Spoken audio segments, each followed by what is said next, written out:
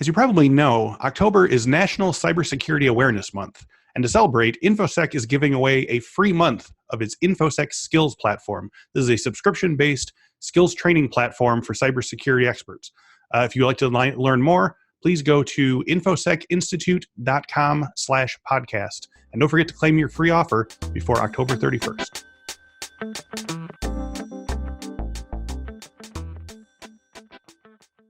Hello and welcome to this week's episode of the Cyberwork with Infosec podcast.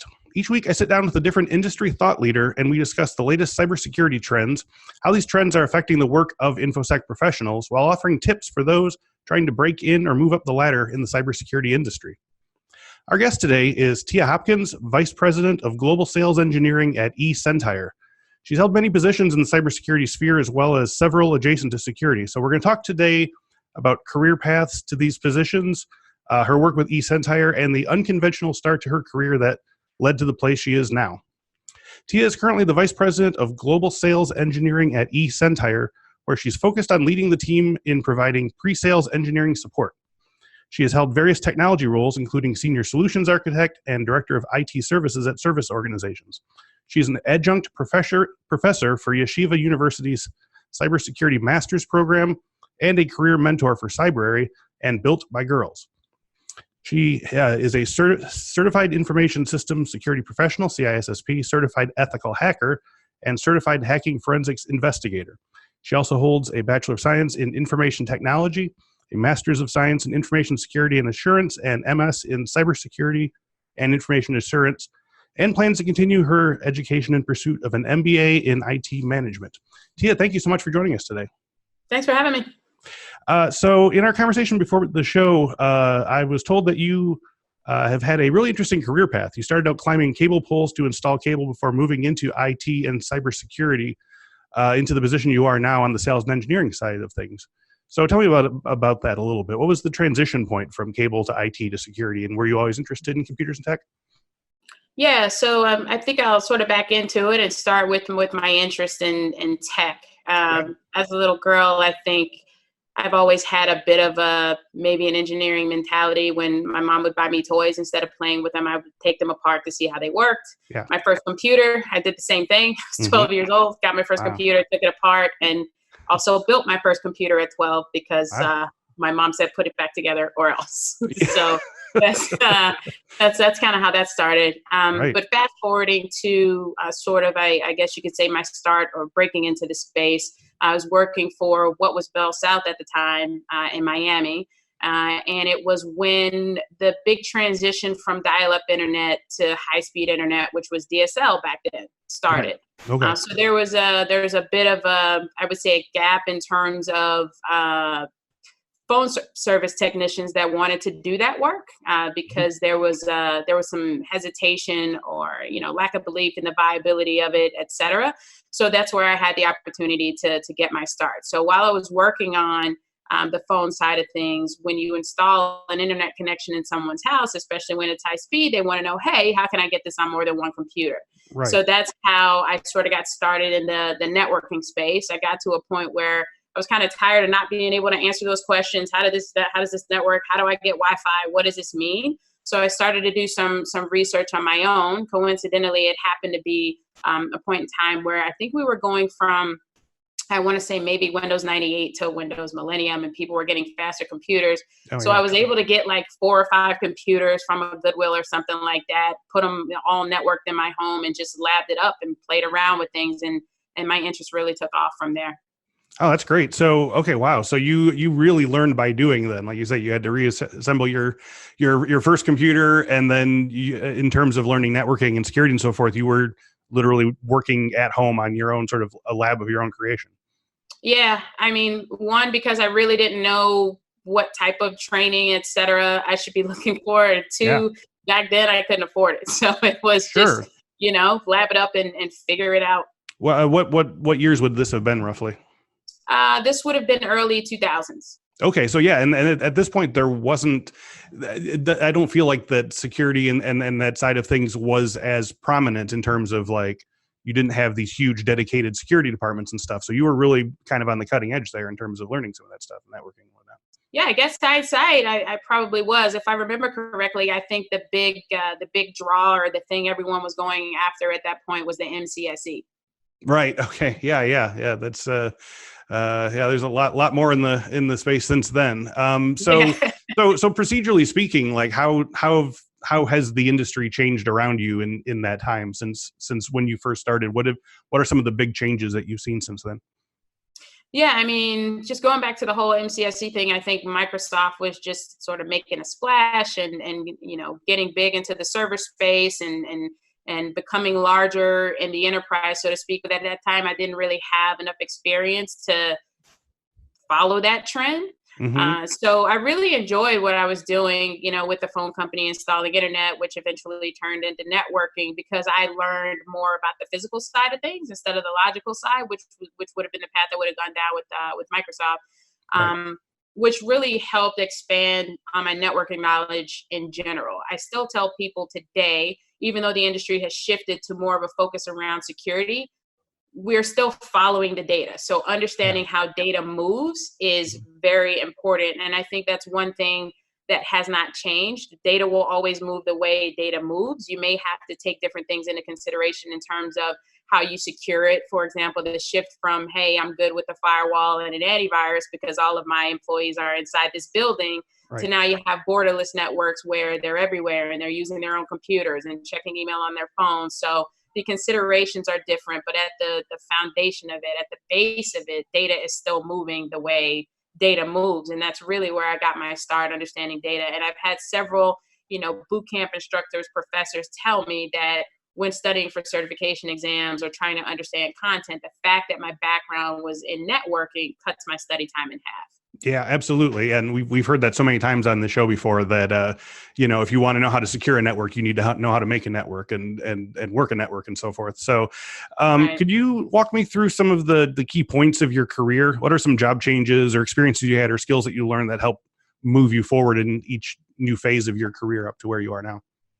Sure. I think I was really fortunate to come into, my role with the phone company as a DSL installer instead of just a phone technician, Okay. because that was sort of a natural bridge into computing and networking. So that role allowed me to go full time into like a sysadmin role. Hmm. It was really, I don't like to use the word grunt work, but I really was like a tunnel rat in New York City, just running around in different offices, finding desktop icons, running Yeah. network cable and things like that. Yep. But it was really good experience in terms of helping me understand how to work with users, how to solve problems, how to troubleshoot, how to maintain expectations and things like that. From there, I transitioned into my IT director role. I spent many years doing network system support, Okay. but throughout all of this, I'm still doing my own labs, studying for certifications, trying to keep up with what's going on in the back end. At this point, I haven't had any formal education. I hadn't gone back to school yet, Right. et cetera. So when I moved into the IT director role, I had the experience of, handling customers and also building infrastructure, planning infrastructure, things like that. What I didn't have was the business side of it. Mm. How am I having conversations around return on investment, and Yep. how am I contributing toward, lowering cost or being more innovative, things like that. So those were things that I learned. But I got to a point when I was doing that I felt like I was kind of starting to do the same things over and over and over again. And I wanted to help the business that I was working for grow. And I felt there were three areas just based on where the industry was at the time. I would say that this was around maybe 2006, Okay. 2007, Hmm. maybe a little later. But at the time, my thought process was we can either focus on cloud, we could focus on security, or we could focus on dev. Dev was out for me because Okay. Yeah. coding has just not ever been something that I picked up. Yep. But I thought to myself, well, how would I focus on the cloud when I'm dealing with environments on-prem that are probably not as secure as they should be? Right. And if I move into the cloud, it's going to only increase the attack surface, Hmm. So maybe I should place my focus on securing the environments on-prem. And so that is when I went back to school and I started studying for my CISSP, my Security Plus, and all those things, because I wanted to understand, okay, what's out there? What am I going to come up against? What don't I know? And that just led me to falling in love with security. The company I was with at the time, unfortunately, didn't have a focus on security. So that is what led me to the path of the solutions engineering jobs with other organizations, because it allowed me to focus on security, play around with different tools, understand pain points in the space. Hmm. And I also really, really enjoy consulting customers as well. So Yeah. while it's, mostly in a pre-sales role, it doesn't feel like pre-sales, because at the end of the day, I'm still solving problems. Right. Yeah. You really are sort of right there on the ground and sort of mapping the space out and finding out exactly what they need. You're not just delivering product. Right. Yeah. So you said, before you could do that, you went back to school and you got some of these certifications and, you learned these different technical aspects. Can you sort of tie those two things together a bit? Tell me what, for instance, like the CISSP or the CEH, what you needed to learn from those to do what you do now as well as you do. Sure. So I started with the Security Plus, and I recommend that to everyone. Okay. Individuals that don't have a networking background, I recommend, even if they don't take the Network Plus exam, to go through the content, because I think, again, it helps to understand how data moves. But I did do the Security Plus, but after I got my bachelor's degree. So my thought process behind getting my bachelor's degree was I was already at a management level. And when you look online and you look for job descriptions, et cetera, at the management level, most of them require you have some sort of degree. And I had just been sort of labbing my way through life.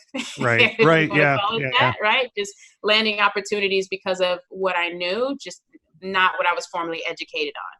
Yes. So I felt if I was going to get the respect that I wanted in terms of applying for these jobs, that was just something that I needed to do. Mm-hmm. So I went through that, and I actually got bit by a bit of an education bug. Okay. And people like to say to me, "Oh, you love school." I'm like, no, I don't really love school. I really don't like the process. I just love the outcome. So Yeah. I I like actually learning. actually got my bachelor's and both master's degrees without stopping. I didn't Okay. take a break. And I Wow. also worked on the certifications as part of that. So the idea behind that was, if I'm going to move into this new space, I need to understand the conversations that the professionals that are in the space are already having. What are they talking about? What do they mean when they say certain things? And in addition to that, to help guide me, because I didn't have a mentor or anything like that at the time, to help guide me, I was really just using, I didn't even think LinkedIn was really a big deal back then. I was mostly using things like Monster and Indeed, Okay. looking at job postings saying, hey, this looks like a job I might want. What's listed here that I don't have? And let me go get it. Right. And Okay.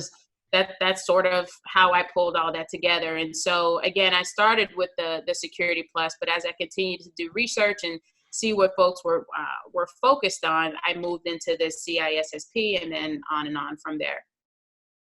Okay. Now, okay. So let's talk a little bit about your current position. Your, you say a security solutions engineer. So can you tell me a little bit about the sort of parameters of your job? Like, are you kind of on call all the time? Do you keep steady hours? Are you in the office at a certain point? Do you work from an office? Do you work from home a certain amount of time? Like, if someone wants this type of job, what can they look forward to? Sure.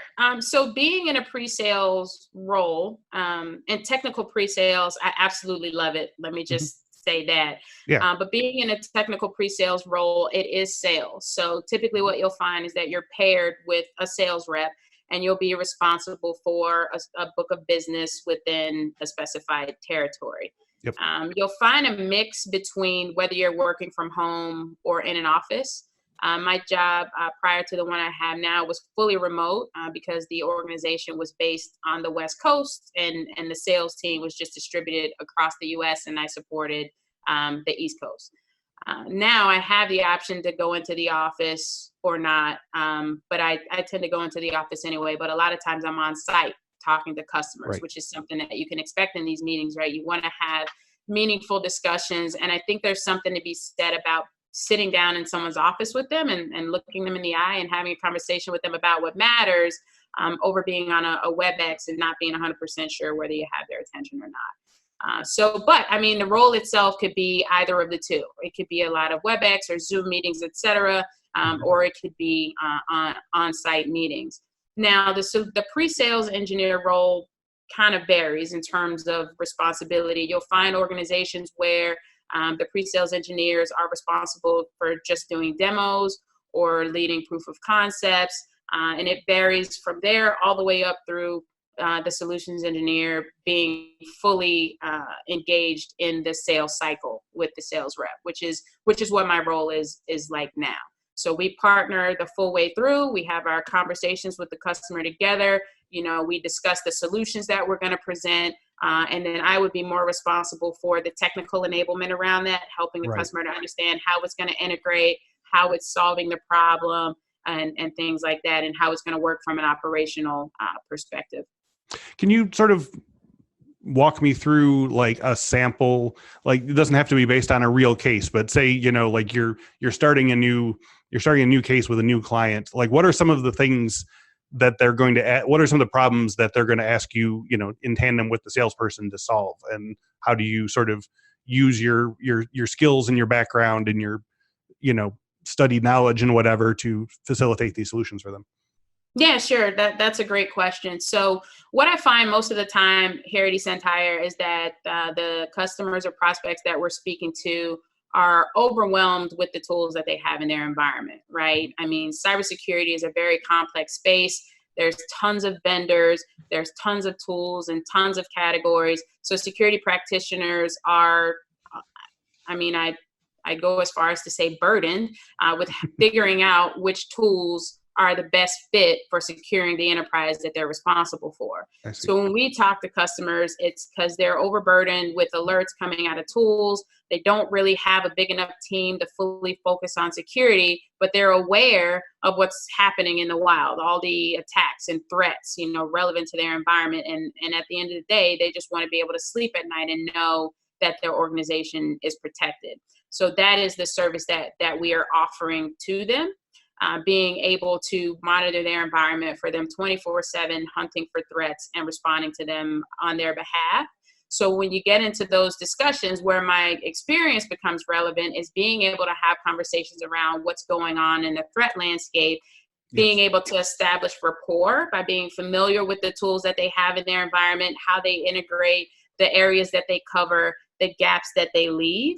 And then also being able to provide a bit of thought leadership based on my experience, conversation with other customers, articles that I'm reading, research that I'm doing, et cetera. So it's all relevant. I think probably the biggest component for me is being able to establish rapport, because once you speak to a customer or prospect and they feel comfortable that you know what you're talking about, then they feel more comfortable talking to you. And I think technical sales in the security space is a bit challenging when compared to other spaces. I mean, just to throw some things out there, like, selling storage or something like that, because, if someone were to come to your house and knock on your door and say, hey, I can help you fully secure your home, but first you have to tell me all the ways I can get in, you're going to be a little hesitant to do that, right? So you do have to earn a bit of trust to enable you to get the information you need to design the right solution.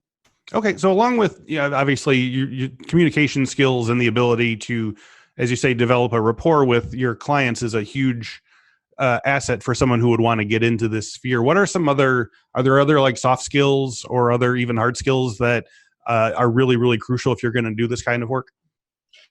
I find that the hard skills, the more technical skills, are probably easier. Am I saying the right word? I'll go with it. Easier to come by than the soft skills, because you can read a book, take an exam, watch some videos, right, to absorb that content. But I think combining a strong technical acumen with a good sales skill set is challenging, because I think it's not common. Right. Yeah. So being a good salesperson is a combination of a strong technical background, so that you can establish a rapport that will allow the audience to listen, But once they're listening, you have to communicate in a way that's going to hold their attention, and make them continue to listen. So I think important soft skills are a little bit of the ability to communicate. But in order to communicate effectively, you have to have incredible listening skills so that what you're saying is relevant to what you heard. Some of the feedback that I give individuals that I speak to is that you have to listen, not listen to respond.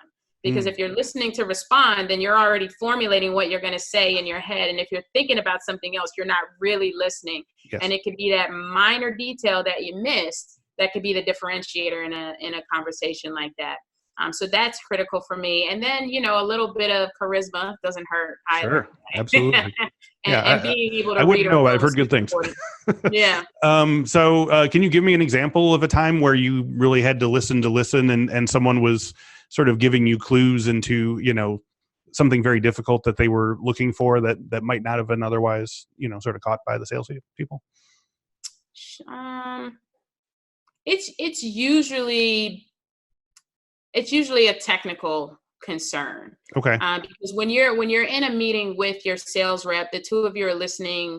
You have the same goal, but you're listening for two different things, right? A sales rep is going to be listening for buying cycles, challenges around getting signatures. How soon are we getting this deal done? Is anyone going on vacation, right? Right. I'm listening for what's the problem that we're solving here that's going to get you to sign so we can worry about who's going to be in the office. So, are you going to be satisfied beyond the point when you sign the line? Yeah. Exactly. Right. Mm-hmm. So, challenging discussions come into play, I think, for me, when you have an organization that thinks they have it handled themselves.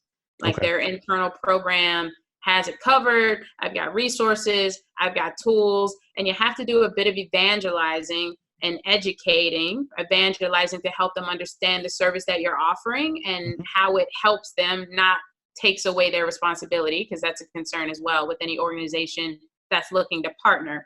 The team that's currently responsible for what you're augmenting has concerns about, well, where's my value going to be? Mm-hmm. So, ensuring them that is not a concern, but then also paying attention to the technical challenges that they have, listening to the tools that they told you they have. So if you heard something in the news about one of their tools, like a couple of years ago, Cisco had some issues with a lot of security advisories around their ASA product. Granted, it's end of life, but customers are still using them.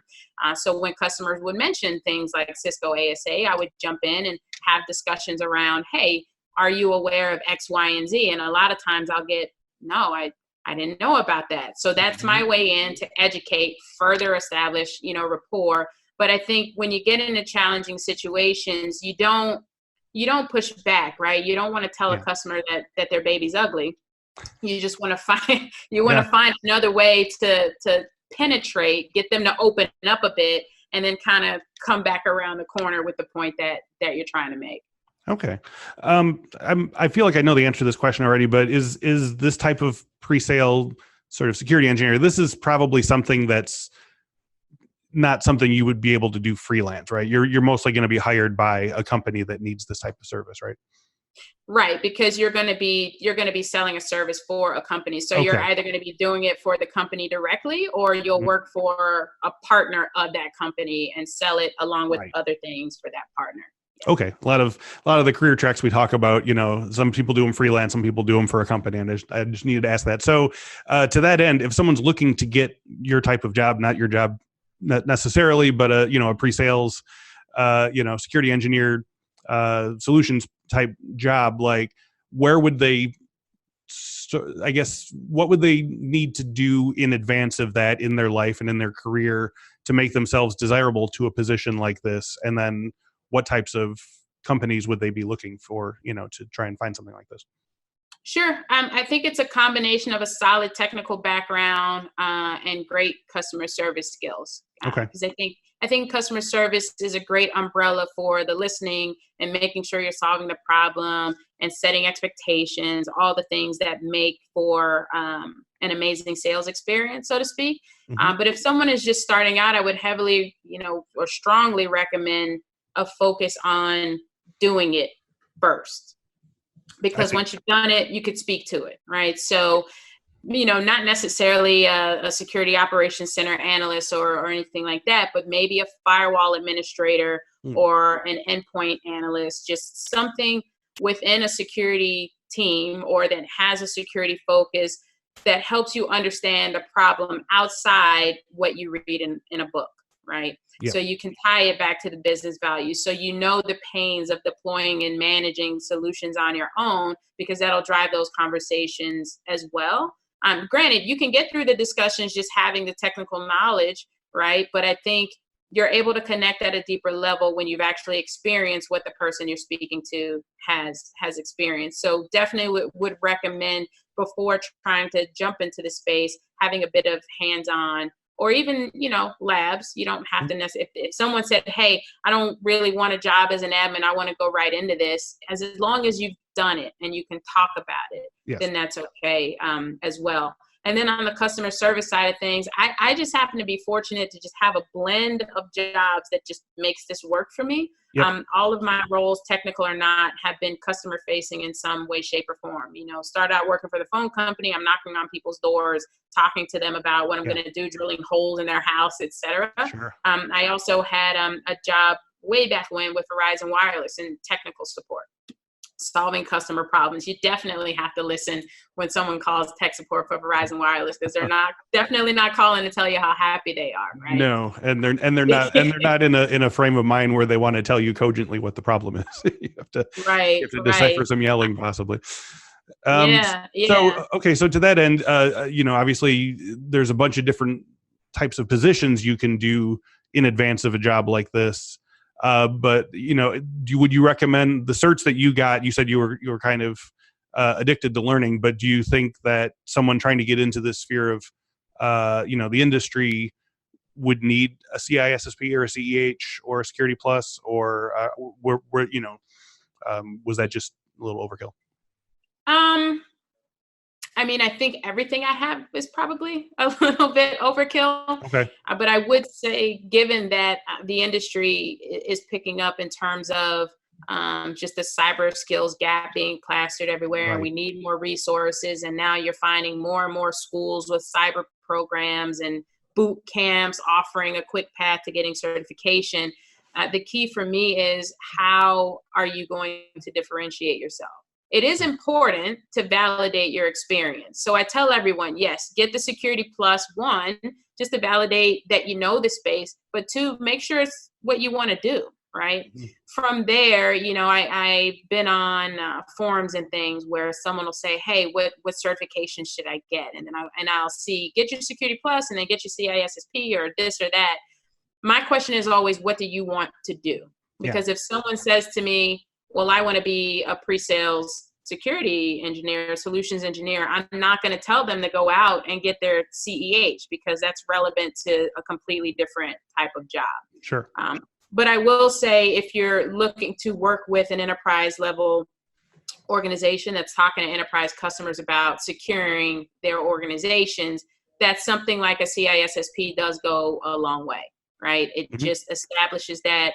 One thing with the CISSP is that you can't be officially certified unless you can prove that you've been working in the industry for 5 years. Yeah, so that goes a long way. If you have that, automatically you've been doing this for at least 5 years. So is it helpful? Yes. Do I think it's needed? It's not, but you really have to be a rock star to overcome that, because there's going to be so many other people that do have it. Okay, now so let's sort of flip the other side to sort of the HR position. One of the things we talk to a lot of folks about the skills gap, and while there is clearly a skills gap, and there is clearly there are a lot more positions out there that need qualified people than there are qualified people to fill them.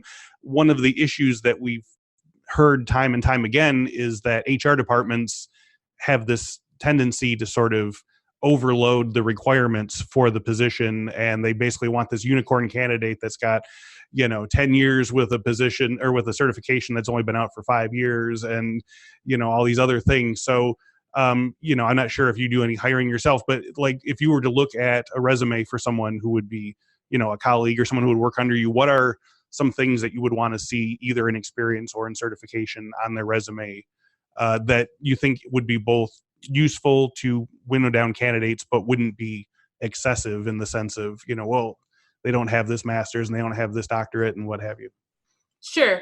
So for me, I think a resume is a really high level overview of who an individual really is. Hmm. There are some things that I look for, like, do they have network experience? How long have they been in the security space?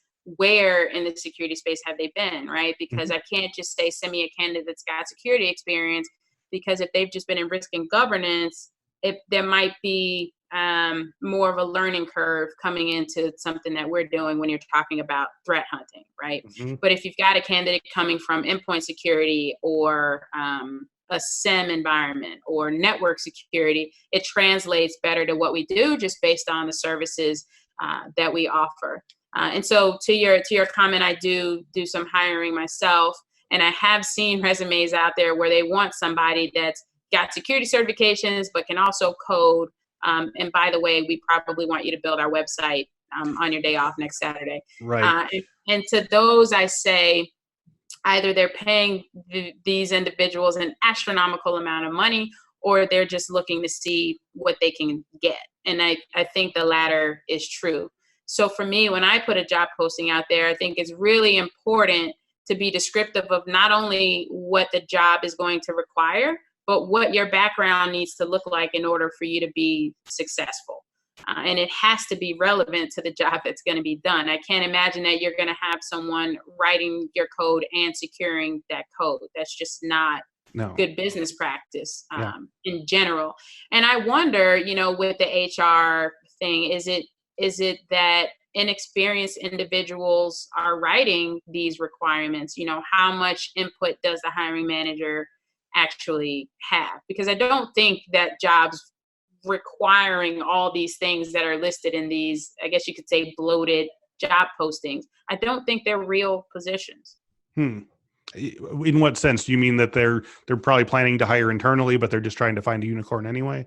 Yeah, probably a little bit of that. And then, let's just see if we can find a unicorn. Let's see if we get lucky. In terms of, I don't think it's real. I don't think that that's what the job really requires. Yeah, That's I see. probably how I should have put that. Okay. So, and I mean, there's a really interesting point in there. You said, I think it might be, worth noting for like future, if HR people are listening to this, that like making sort of angling your description of your job description more towards, what the job is going to be and almost in a text way, what your experience is. I'm looking for people who have done this, this, and this, rather than the usual list of certs, degrees and things like that. Have it almost Right. more sort of like, this is what your, if we want you, this is what your history looks like, something like that. Right. Yeah. Right. So in your biography, it mentions that you are a career mentor for Cybrary and also something called Built by Girls. Can you tell me a bit about Built by Girls? Yeah, sure. So I was referred to the program by a friend of mine. I coach football as well. So she, I met on the football team, and she was involved with Built by Girls and referred me to them. They basically offer a mentoring program for girls looking to get into tech. Okay. And so the way it works is they will assign you, they have cycles. I think they're 3-month cycles. They'll assign you a mentee. You meet up, you have a profile of what they're interested in, where they want to go. And then you meet up, talk to them about your background, etc. You can give them projects, just anything that will help them further their knowledge, understand the job market, get connected. I actually think one of the requirements is to get them networked with 2 people in your network, just to help them along. The age group is, I think most of them might be either high school graduates or close to graduating high school, at least in high school. But what I like about it, which scared me at first, is that I am paired with individuals outside my expertise. Okay. So when I signed up for the program, I thought for sure that I would get paired with a mentee that was looking for someone in cybersecurity. Instead, I was paired with an individual that was interested in development. So, back to my point about coding, I reached out and I was like, oh my goodness, I'm not going to be able to help this candidate at all, right? Yeah, this is my first match. So they explained to me that they do it on purpose, and that's so that the mentee can just get a broad range of knowledge and experience from the different mentors that they speak with. So even though this individual is interested in coding, there is still a security element to that they should be aware of and considering.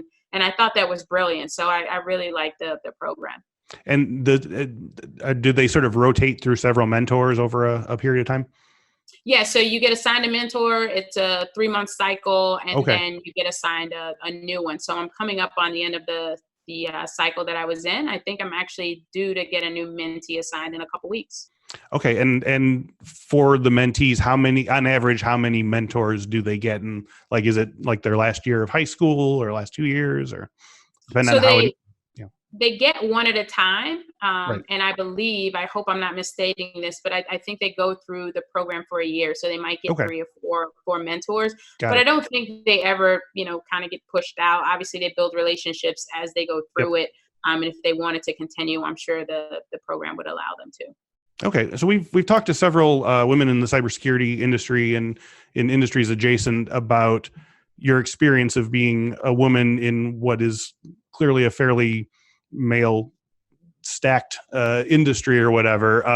Is things like Built by Girls are obviously a great way to start moving towards gender parity in the industry. Do you believe that what are some other solutions, do you think, in terms of sort of building the bench, in terms of getting women not just into sort of entry level tech positions, but moving up the ladder into leadership positions and so forth?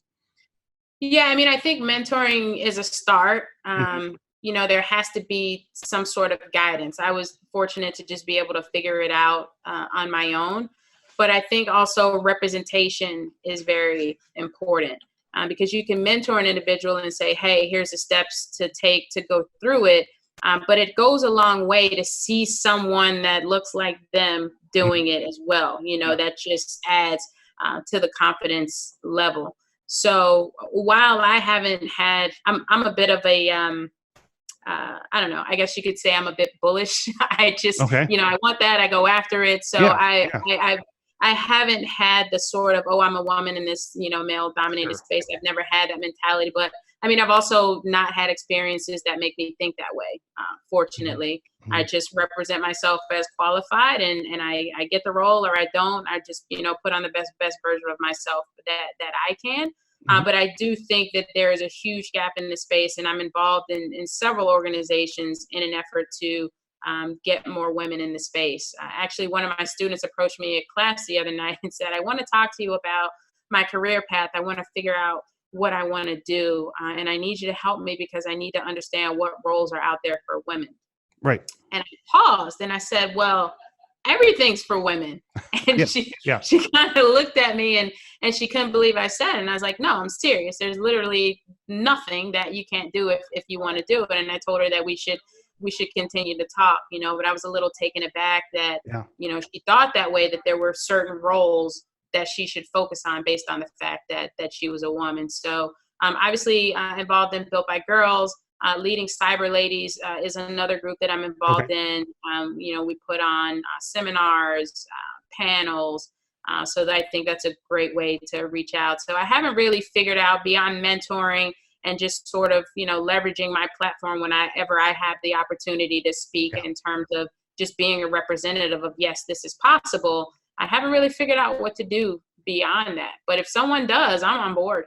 Yeah. Oh, it's it's a big task, obviously. So I'm always looking for new solutions. So can you tell me about what you do as a teacher? What class do you teach? What types of students? Is it high school level, college level?